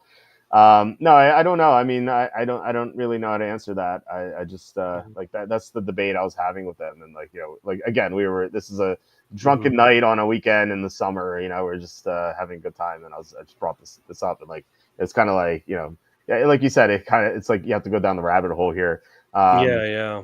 Yeah, but yeah, again, like the pronunciation is different, but it's at the same time, it's like it's like whatever they pronounce it. Like I'm a common mispronunciation of my name and also spelling is people forget the second E in my last name, so they call me Chirpinski instead of Cherepinski. They say Chirpinski, and so I just don't really care. But like, it would be the same thing. Like if some football fan hundreds of years from now, I don't even know if I'm gonna be. I doubt I'll be relevant. But like if someone like digs up old football sites, old mock draft sites, and they're like Walter Chirpinski created WalterFootball.net. Oh, gee. And like everyone believes it's WalterFootball.net and it's Chirpinski. And then someone is like raises their hand in class, like, no, it's actually Chirpinski, and like it's just like, no, you're wrong. Like it's clear, like everything on Wikipedia says Chirpinski. So like who's right, who's wrong? Right, I see what you're saying, and I think that's how things like language are able to evolve the way that they do. Yeah. That's definitely I think plays a big part. I know exactly what you mean. It's a really interesting thought because I mean, think of like things that how like words have changed like over or like Yeah. spellings have changed, and so I'm actually would guess to a large extent that's one of the main contributors as to why it does. Yeah. Like think about like when people, I guess some people still say it, they're like, oh, like that's lit. Like lit was the past tense of light. Like, what are you lighting? Hmm. Like you never, but like over time, like that, and there's one example of so many of an endless list of words, and it's just, I don't know, like it's just, I guess that's just part of the evolution of language. It's interesting. It's Yeah. interesting, but Okay, so going back to Aaron Rodgers, he says, stop. He was in a weak division, in a weak conference, and yet he only had one Super Bowl. well, First of all, yeah, and let me defend here. I think there were at least three playoff games in the Rodgers era. I want to say four where they lost on the last possession or the last lost in as on a walk off in regulation or in overtime. There were like four instances where they scored more than 35 points and the defense still lost the game for him. And Rodgers never got to get the ball again in those overtime games either. So they got hosed left and right. They had their chances. I'm not making excuses for them. They blew it. They blew it so many times. they So also many times. had an awful head coach in Mike McCarthy. So, Yeah. and yeah, John's saying you can say the same thing about Favre. It's true. Very true. Although, Well, he did get back Favre to the made Super it Bowl. to So, two, but yeah, yeah. mhm. Yeah, and he ran into John Elway the second time. So Yeah. that Oh was man, tough. Terrell Davis. Whew. Yeah, that Denver buzz saw was there's no one beating that team. Yeah, I love Um, Terrell Davis. Wow. let's see. What if half the baby is out at 11:59, the other half is out at midnight? Yeah. Actually, I don't know. I mean, like people don't know this, but like on the birth certificate, actually, like I said, like I wrote down the time. So like it's whatever the father writes down. So yeah, that's Wow, that's that's that's the truth there. yeah, that's So got to be I bet that's more rare, John Sanders, than the leap year birthday, February 29th. That's that's had to have depressing. happened though. That's got to be depressing having a leap year birthday. I don't know if anyone in the chat has a February 29 birthday. I will say though, probably the best birthday to have during the Vietnam draft, right? They're not calling up That's February true. 29, right? Yeah, yeah. Because Oh yeah, no. because yeah, I mean that's how they did it. For those who don't know, like the Vietnam draft, like they'd call out your birth, they'd call out a birthday, and then that meant you're drafted. So they were not calling out February 29 because like very few people would show up, right? Right. Yeah, yeah. I Yeah, wonder if so, they tried to make. Well, I guess I could look it up. If they made any exception. yeah. Or if like this, like the first one, like February 29, like I hate you guys. Let's go. Like get out of here. Yeah, Yeah. off to death you go. Okay, so what else do we have? Kim McNeil says, what is the truth? Liberals love that question. Usually answer it's what I say it is, and they can't even define what a woman is. Yeah, the Sheila Jackson Lee, the Supreme Court justice, she couldn't define what a woman was, which is insane to me. And yeah, they say like 2+2=5. People are insane. So yeah, I mean, depends really. Sue Oh, says, Slew, thank yeah, you. Sue, thank you, Sue, for the 555 super chat. Thank you so much, Sue. Um, he says, I'm looking to unload a couple of bonus bets, and I'm curious on y'all's outlook. Thunder, Celtics, Cavaliers, Lakers, or somebody else to win it all. I'm glad you bring that up, Slew, because I wanted to bring up, before we get to the Masters, Hedges, I wanted to bring up any futures because the NBA playoffs start in a couple of days. The last day of the regular season is tomorrow. We actually didn't have any games today. Just so bizarre. I don't know why they did that, but it's kind of, I don't get it. But anyway, let's bring up some NBA futures here, and see what Slew can bet. So actually, we just had an odds change. Celtics are plus 175, Thunder plus 170. So Thunder are the slight favorites. Cavaliers 6-1, Lakers 15-1, Warriors 17-1, Nuggets 30, Knicks 34, Clippers 50, Timberwolves 55, Rockets 80. Pacers 100, Bucks 170, etc. And then we have the lower rung team. Sorry, Tom, with your Magic 900-1. What are you looking at if you had to make a bet? If you like answer Sue's question, So what are you thinking here for the NBA? I mean, I can tell you what I bet already before you go. I bet the Nuggets before. This is a couple months ago. I bet the Nuggets. Unfortunately, I'm not bullish on their outcome anymore. Yeah. They fired their head coach, Mm-hmm. and they can't play any defense, and they can't beat the Timberwolves. Like they just can't. So I feel like they're going to be knocked out. I think they win in the first round and then lose in the second, unless they get matched up with Minnesota. Minnesota just devours them. Um, I bet a small amount on the Lakers, just because I thought like what if this is like Saquon Barkley, like Luka Doncic and Saquon Barkley. The problem with the Lakers is that they can't rebound. So I think if they get matched up against a team that can really rebound, like they're toast.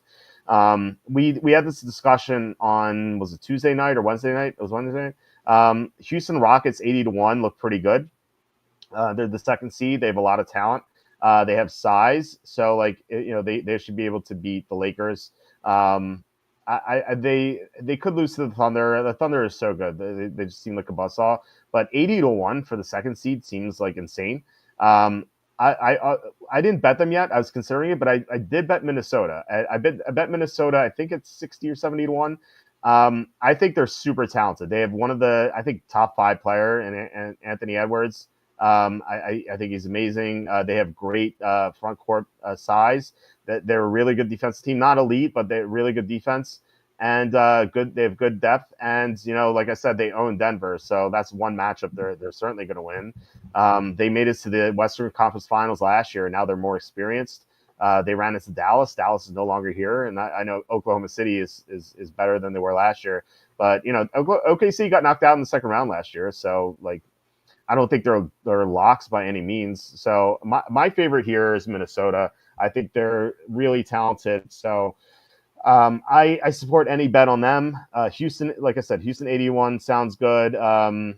Lakers to an extent, but not so much. What are you thinking here? Let's just focus on the Western teams first. What do you think about the Western Conference? Yeah, I think I like. I mean, I definitely agree with you. I like the value with Minnesota and Houston for sure. 80-1 for a two seed. That really is crazy. Take the Cavs though. I like that 6-1. I think they're going to at least get there. So you might have Really? a good. Yeah, I think they're going to have a decent hedge opportunity. So I don't see it with them. I really don't. okay, I don't know. I got a hockey future. Well, let's before we go Oh, to sorry, hockey, sorry. and I like how let's focus on the Western teams. I like the Cavs. No, I said I like the value of the Timberwolves and the Rockets. That counts. Okay, I It's know. partial credit. Partial credit.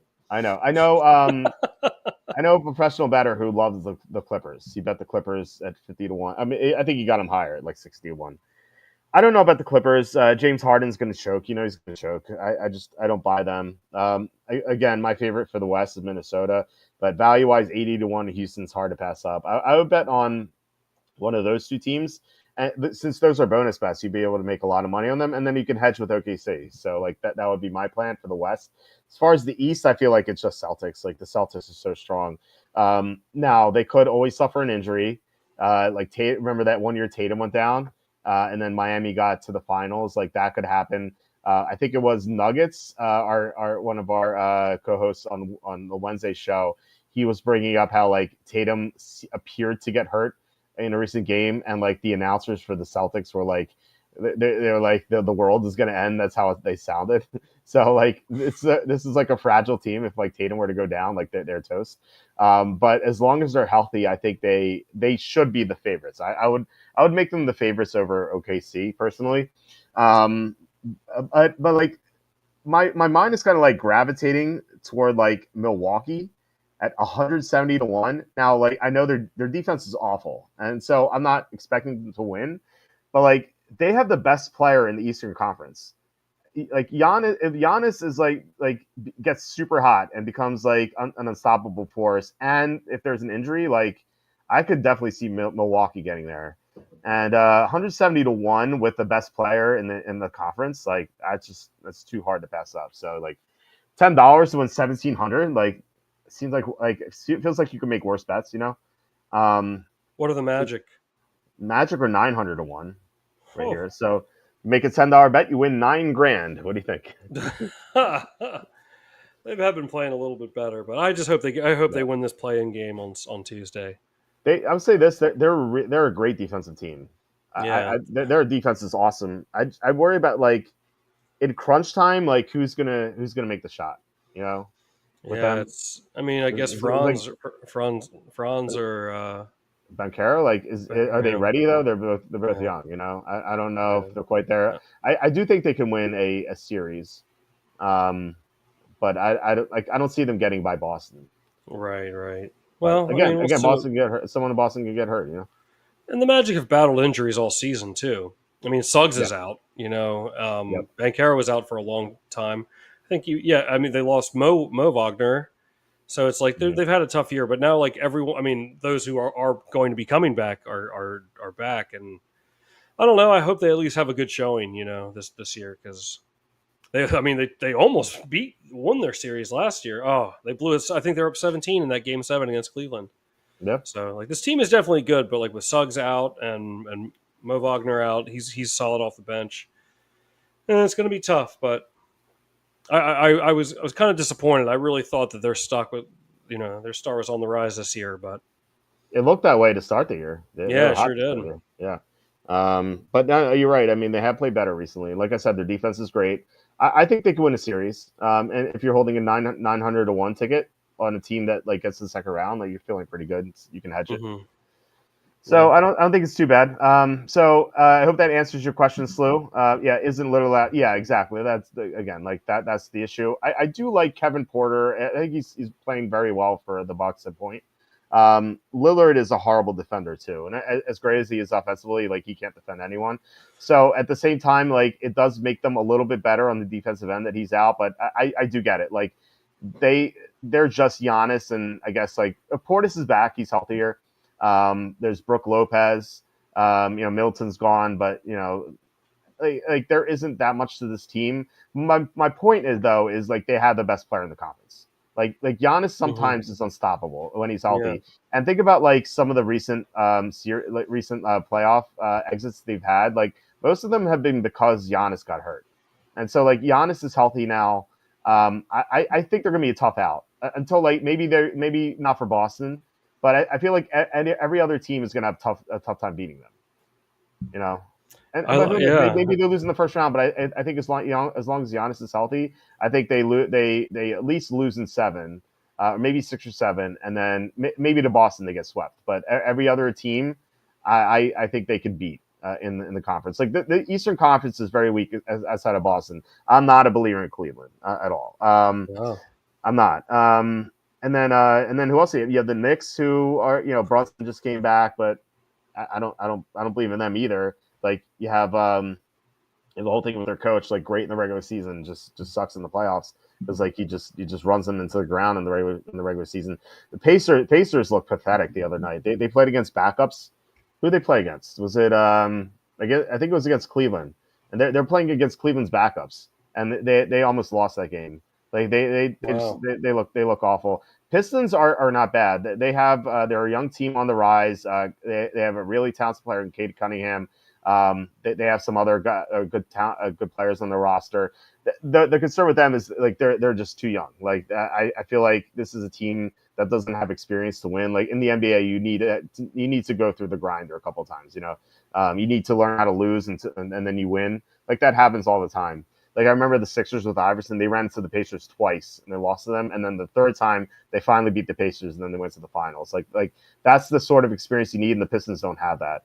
But they are a up and coming team. Like I'm interested in them maybe next year, but not this year. So like the rest of the conference is just not good. Like compared to the West, like the West is going to be it's where the show is, except for Boston. Like Boston's really good. So any other thoughts before we jump into the NHL? Give me 50 on the Magic. 50 on the Magic. So 50 to Yeah. win 4,500. For 45,000. Not Yeah, I was for gonna say, $45,000. what if Franz Wagner just went off, baby? Are you actually gonna bet this? No. Why not? It's your team. 45,000. Yeah, that's they have a tough road. Let me get to the future. I can see Slew's palms are sweaty with anticipation over there.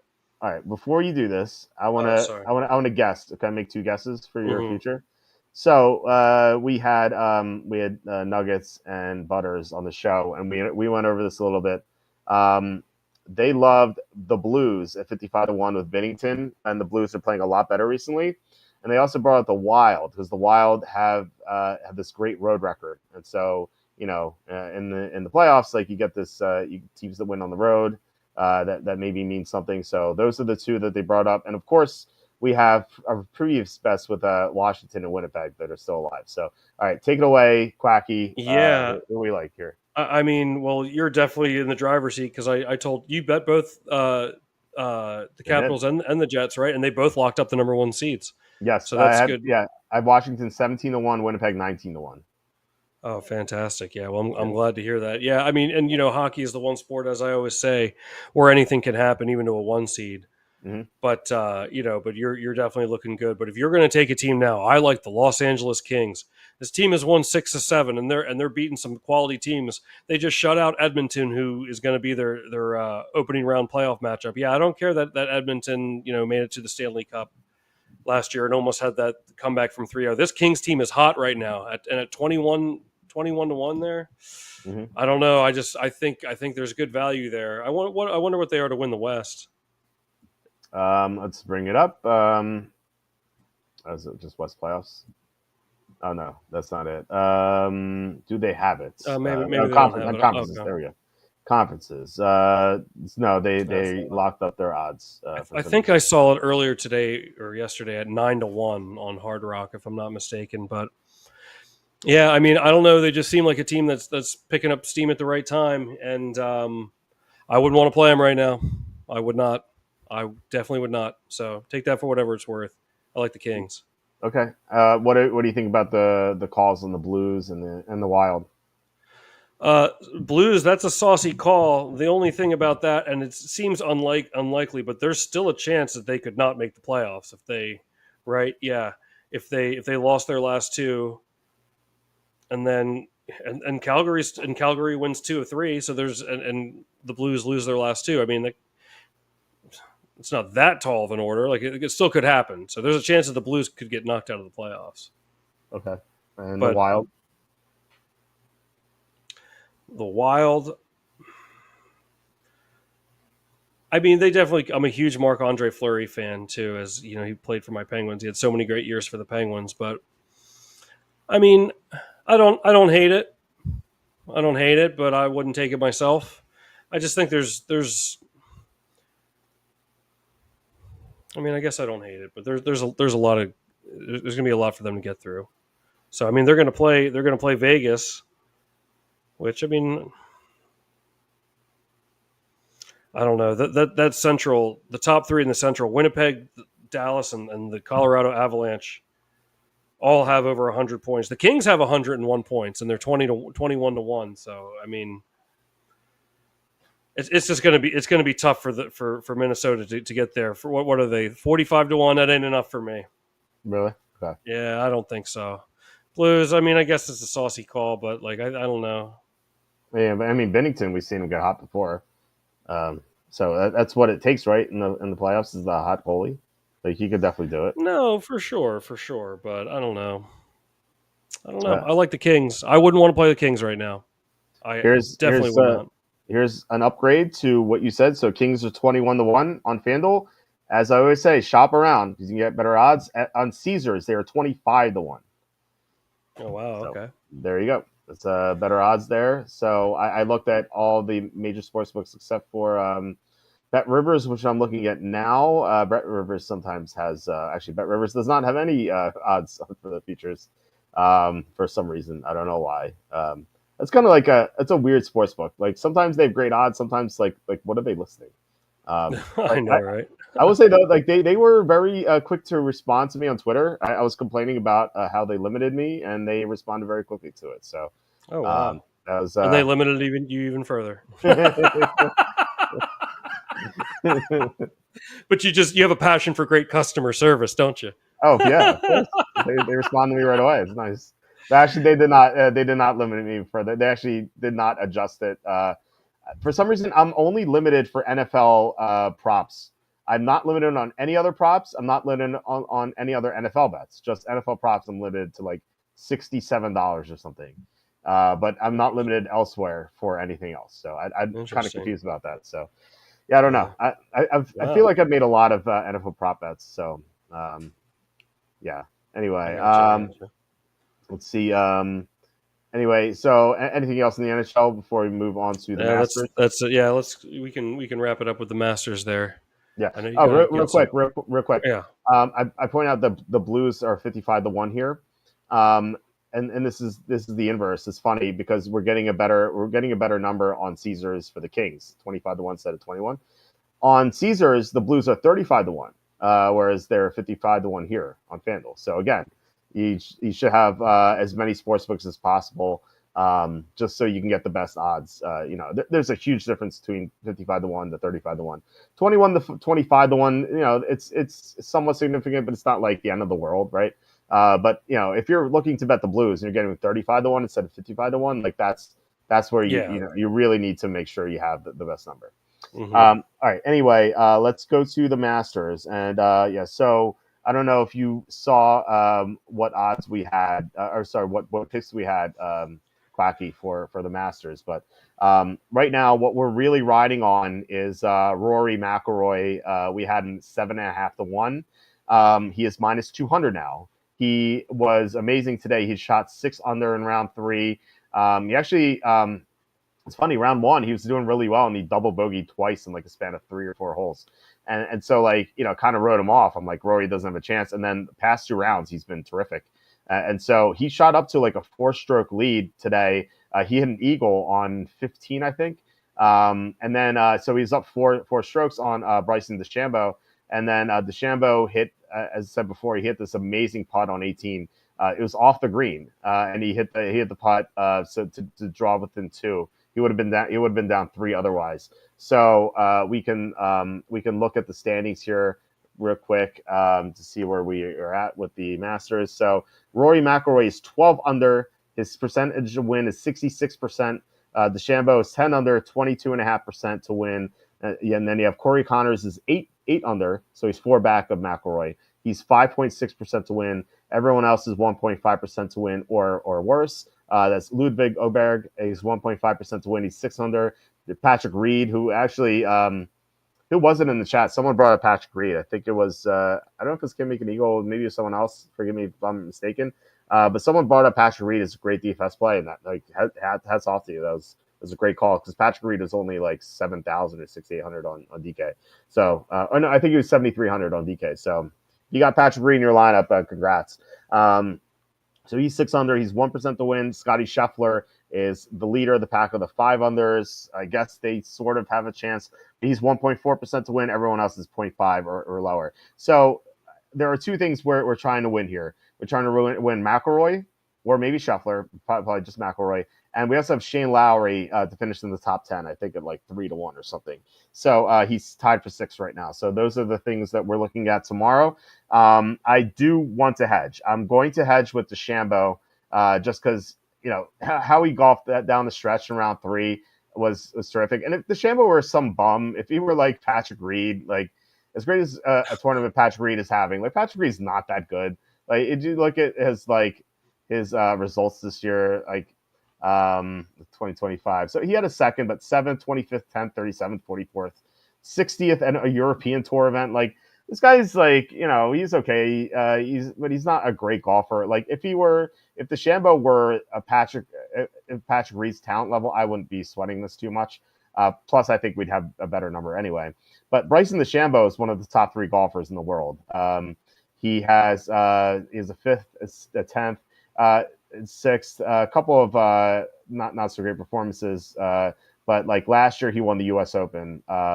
He's 2nd at the PGA Championship. He was 6th at the Masters. This guy is clutch. He's the best driver of the ball in golf, and he could definitely win it. I mean, he's the people's champ. Like everyone loves Bryson. He had the video with Trump. So like people want to either want to root for him or root against him, but he is a phenomenal golfer. So I think a hedge with DeChambeau is warranted. And I actually looked at like how much money we would win if I hedge with DeChambeau, and we would still win money if I hedge with him, like $100, like a 1 unit bet, like $100 to win. The best odds are plus 265 of bookmaker, followed by plus 260 on FanDuel. So going to bring up the odds here. So keep in mind, bookmaker has a slightly better deal, plus 265. But then you have Corey Connors, 18-1. If you want to hedge with him, I wouldn't hate it. But again, like Corey Connors is a really good golfer, but he's not the Shambo or McIlroy level. Like these guys are elite. Like the best three golfers in the world right now are Scotty Scheffler, Rory, and DeChambeau. So you're asking Corey to like step up his game and to catch Rory, who's four up, and to catch DeChambeau, who's 2 up. This seems like a very tall order. Plus, you have to worry about Scheffler coming from behind. And if you want to bet Scheffler at 35-1, I wouldn't hate it either.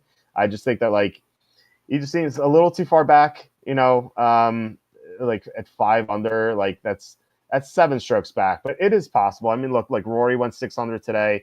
If Scheffler goes 6 under today, in round 4, he gets to 11 under, and like say Rory has like a +1, DeChambeau has even day, then yeah, he could force extra holes with McIlroy and win. So it's definitely possible. So if you haven't bet this yet and you want to ride Scheffler 35-1 on the final day, I don't hate it. But I think like if you have this Rory bet like we do before the tournament, then I think you should be hedging with DeChambeau because, well, first of all, like Rory could choke down the stretch, like we've seen that before. At the Masters, that's the one thing he hasn't won in his career is the Masters, and like this means so much to him. But like with DeChambeau, like charging down, like I plus he's gonna be matched up with DeChambeau, whereas like today Rory is matched up with Connors. So like it's gonna be a lot different. Like the pressure's gonna be on, and like Rory could choke. So I think, like I said, I think a hedge is definitely warranted with DeChambeau. So plus 265 1 unit to win 2.65 units is what I'm gonna do. Otherwise, maybe some live betting, but I mean, look, anything could happen. Like if Connors has this amazing day, maybe hedge with him. But that's where I stand right now, round 4 Masters. I unfortunately didn't place any wagers, of course. So I'm with it. I'm on board with whatever you say there, man. I haven't been watching, unfortunately. Okay. Well, if you want to see some good golf, I don't know. Like if you haven't like put like $10 on DeChambeau or a 10 on Rory if you want to join. Like minus 200 is not great. Like because tomorrow's gonna be fun. It's gonna be like the 2 of the 3 best golfers in the world going head to head at the most important tournament during the season. Maybe I will watch. I think it'll be good TV. So All right. Skip Bayless said McIlroy's going to choke. Don't bother hedging. Skip Bayless tweeted it, so it's got to be wrong, right? Yeah. I don't know. I think he's going to win. I just think that like a 1 unit hedge is not bad, especially like we have a unit and a half on 7.5-1, so we stand to win like 11.25 units with McIlroy if he wins. So giving up 1 unit, I don't think it's that bad. I wish we were getting better odds, but I said this on my picks page. I'm like usually I love hunting for like the 40-1s, 50-1, 60-1, 70-1s, yeah, right. But like during the majors, like that's when the top golfers are going to be at their best. Like this is what they've been waiting for all year. Like this is the time, and the cream rises to the top. Like in these big majors. So like the 4 majors plus the Tour Championship, like that's you don't hunt for like value. I think you just go with the best golf. Like the golfer who's playing the best, you just go with him, and that's been Rory all year. I mean, we looked at DeChambeau, we looked at we didn't look at Connors, we looked at Reed. Like look at Rory's been doing this year. So he's got 4th. This is a European Tour event, so we can throw that out. He won the Pebble Beach. He got 17th, 15th, so not great, but then he won, and then he got 5th. And this tournament where he got 5th, he wasn't even trying that hard. Like he was working on stuff for the Masters. Like he was kind of like refining his game. So like the Players, he tried hard, he won. Pebble Beach, he tried hard, he won. So he's the best. He's the best golfer playing the best right now, and that's why I bet him at 7.5-1. And that's why I think he's going to win. But there's always the choke factor with Rory. He's never won the Masters, and DeChambeau's just going to be right there with him. So that's what my concern is. I really didn't want to see DeChambeau creep up to him when he was 4 back. I was hoping for like a better number heading into round 4. Like I think DeChambeau at one point was like 8-1 or 7-1. Like I'm kicking myself for not betting it then, but like we had our Easter egg hunt today with the kids, and like so we were going home, and like my kids were tired and like cranky because they didn't get to nap. But I will be writing about that in Jerks of the Week. So we had we had an interesting day. Yeah. So anyway, that's where we stand. John says, I remember Tiger was minus 120 to win the Masters for the actual tournament. We'll never see that again. Yeah, I mean Tiger was something else. Like Mm-hmm. if you look like what he did back in the day. I don't know what year exactly that was. Like Tiger circa, let's go like 2004. That wasn't even like his best year. I don't know what year was his best, but like look at all these wins. Like like how many wins is like 1, 2, 3, 4, 5, 6, Unbelievable. 6 wins here. Let's go. Look at this. Look at this run in 2006. Win, win, win, win, win, win. That's unbelievable. That's insane. He had more here. How many wins did he have in the year? 5, 6, 7, 8, 9, 10. He had 10 wins during the year. Oh my God. That's crazy. Wow. And some of these, like he got third here at the Masters, second. Like he could have won these second here. The next year, what do you do? Look at this next year. Win 2, 3, 4, 5, 6, 7, 8. Yeah, no wonder he is minus 120. He's winning everything. That's crazy. That's insane. That's insane. Yeah. So Yeah. Hard to believe he's almost 50 now, but all right. I think that was all the questions. Slew says 100% profit boost to $10 in DraftKings, so he gets 40 to 1. That's nice. all right. DraftKings is 20 to 1, but yeah, you get 100% profit boost. That's awesome. So All right. yeah, so let's I'll bet the Kings with you. So let's go Kings. You have to pay a 25% tariff if you bet the Canadians. And exactly. Any Canadian team for sure. So I guess my Winnipeg bet isn't looking as good. I can't make it. Yes, thanks. That was me. Got him a top 10, top 20. Yeah, congrats. I should have bet with you top 10 or top 20 because we even discussed that, and it was because I believe you brought up is because of his history at the Masters, which is phenomenal. So maybe that's something to keep in mind next year. He was actually minus 125 in 2007, which did he win that one 2007?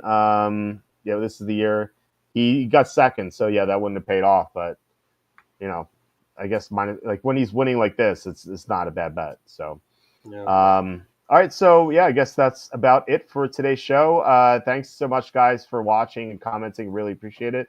Thanks to Slew for the 555 super Slew. chat. Really appreciate it, Slew. Thank you so much. Please hit like, subscribe, comment below, share this video, visit the link in the description for the merch store. All that would be very helpful. We will be back on Tuesday. And Charlie will be on next week. I'm not sure if he'll be on Tuesday or Thursday, but it'll be one of those days. We're going to do our final mock draft, and then he'll also be on the next Tuesday to do our draft prop show, which is one of my favorite shows of the year. And then otherwise, we're going to have shows throughout all of next week. So I'm looking forward to that. Tom, do you want to plug anything? Maybe your Twitch channel, something else? Yeah, I haven't been on in a while, but there's my Twitch there. But I appreciate being here, everybody. I always have a great time with y'all. I appreciate y'all joining.